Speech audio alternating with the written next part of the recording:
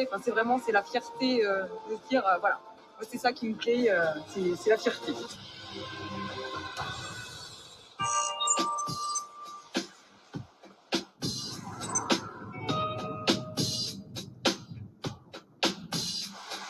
Direction Villers-Bocage en Normandie. Si vous n'êtes pas fan de la vente par correspondance, vous n'avez sans doute jamais entendu parler de Bessolfin, spécialiste de la confection en maille. L'entreprise existe pourtant depuis 1930. Elle a résisté à toutes les crises.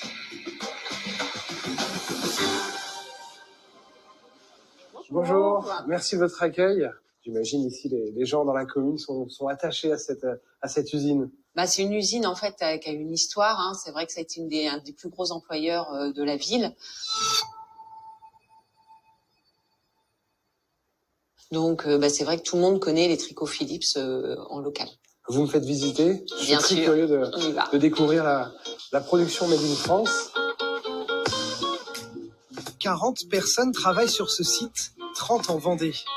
On fabrique ici des vêtements haut de gamme en fibres naturelles pour une clientèle plutôt rurale. Tous sont farouchement attachés à la fabrication française et au maintien de l'emploi local. Qu'est-ce que vous fabriquez précisément ? Alors on fabrique des pulls, ça reste très manuel de fabriquer des pulls, hein, notamment le remaillage qui est un de nos savoir-faire. Ici à Villers-Bocage. Donc là, Sabrina est en train de monter des cols sur la remailleuse. C'est très très délicat, quoi. Ouais, je vais vous montrer. Hop, un col. Donc ça c'est un col, ça. Voilà, ça c'est un col avant qu'il soit monté. Voilà, et donc on va venir l'enfiler en fait maille à maille sur la remailleuse.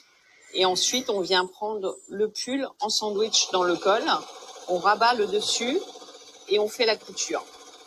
En fait, aujourd'hui, en confection, ça reste très manuel. Vous travaillez ici depuis combien de temps ? Alors moi, ça fait 1 an et demi que je suis ici. Qu'est-ce qui vous plaît au quotidien ici ? C'est vraiment le fait de participer au montage du produit complet.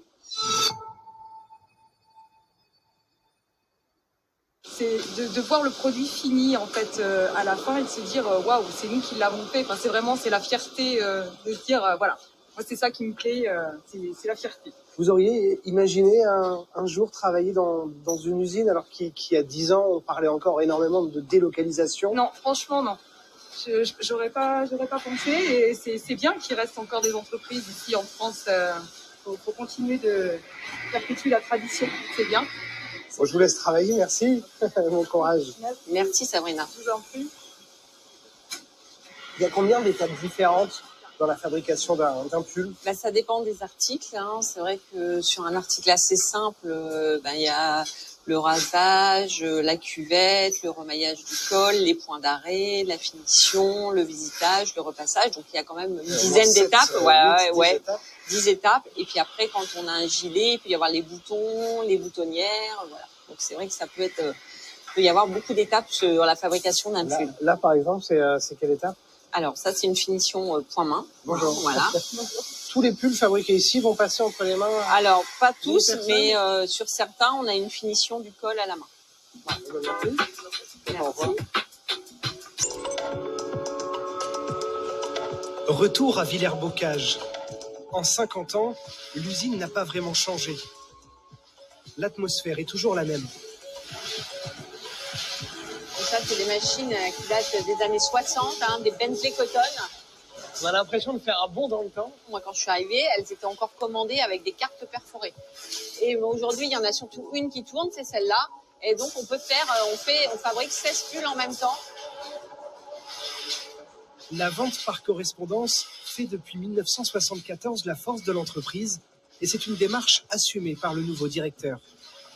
À l'heure d'Internet où tout est dématérialisé, vous imprimez encore ce catalogue. Pourquoi ? Parce qu'en fait, c'est un souhait de nos clients.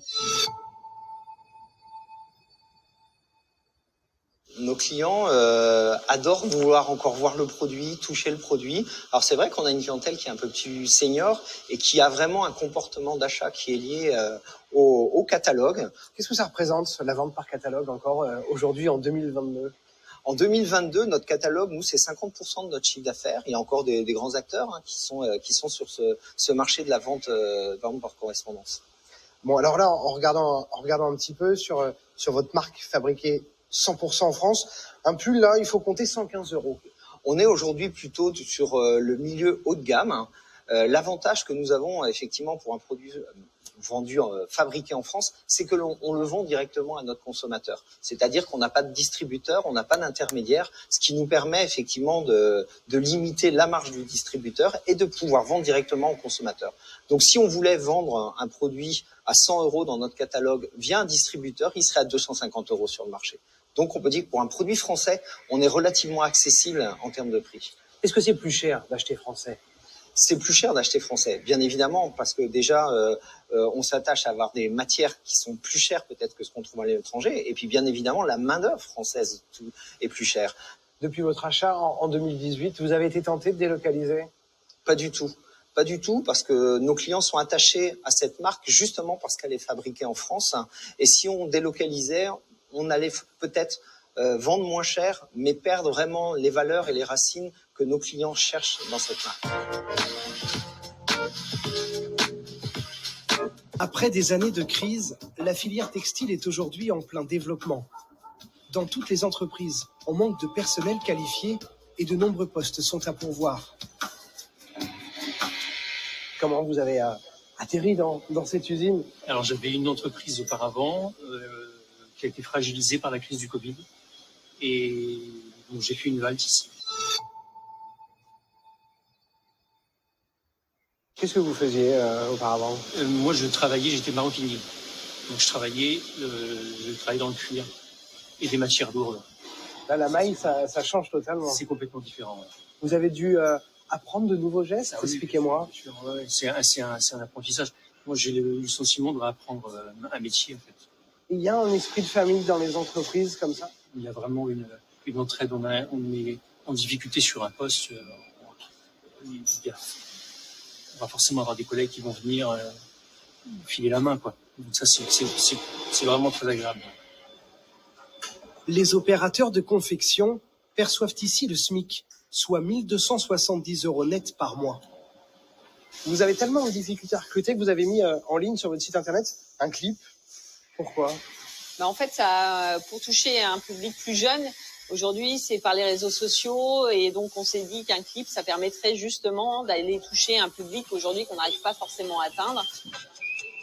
Je m'appelle Mélanie, je suis styliste modéliste. Je m'appelle Jérôme, je suis tricoteur. Je m'appelle Elisabeth. Les problèmes de recrutement qu'on a, c'est qu'aujourd'hui sur le marché, il n'y a personne qui est formé pour venir travailler ici.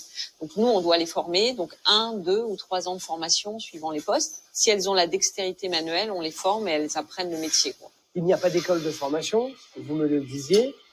Comment, justement, vous apprenez tous ces gestes techniques? Alors, au départ, quand on avait des personnes, je dirais, qui avaient 40 ans d'ancienneté, c'est elles qui formaient les nouvelles arrivantes. Là, depuis, on a mis quelque chose en place de nouveau, c'est-à-dire qu'on fait 2 à 3 semaines de formation un petit peu en dehors de la production. Et ensuite, on les intègre dans les groupes, mais la formation continue et on essaie de les faire monter en compétences au fur et à mesure de leur apprentissage.